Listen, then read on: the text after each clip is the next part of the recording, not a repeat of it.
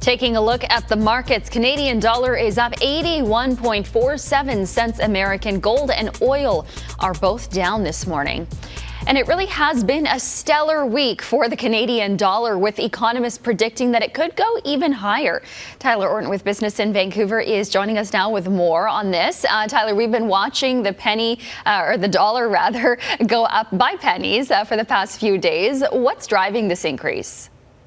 Well, the deal is that the global economy continues to open up during the pandemic, with the prospect of mass vaccinations, at least in rich countries, serving as a bit of an accelerant right now. That's putting a lot more demand on commodities that Canada is quite rich in. We're talking oil, lumber, those have been on a tear recently. The other thing to keep in mind, though, is that the Bank of Canada has recently been more hawkish in its forecasts than the U.S. Federal Reserve. That's putting the central banks on divergent paths, and it's a big reason why the value has been changing so swiftly recently.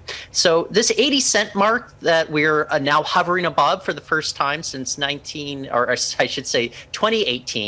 it's considered good for consumers relying on U.S. imports, but it's not too high that it makes us less competitive when it comes to exports. So a lot of people are calling this kind of the sweet spot for the Canadian loonie. All right. And is there a chance that we could rise above 80, 81, 82 cents American?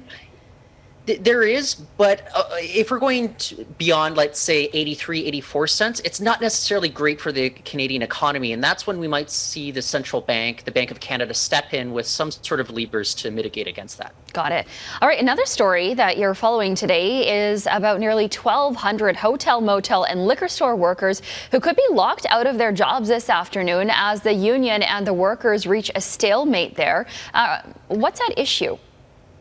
Yeah, well, the union representing these workers, Unite Here, Local 40, it says that the big concern is centered on the right to be called back to work after the pandemic, as well as employers' efforts to perhaps hire some new workers as replacements. Now, hotels and motels definitely not at full capacity right now, so many of these workers are laid off. None of them are on strike right now. So if a lockout does occur this afternoon, we could see demonstrations stretching from Victoria all the way to Fort St. John heading into the weekend. I'll say that the leverage that maybe the union has at this point, though, is that there's a lot of expectations that maybe travel, at least, within the province, is going to heat up soon going into the summer. Got it. All right. Tyler Orton with Business in Vancouver on this Friday morning. Thank you very much, Tyler.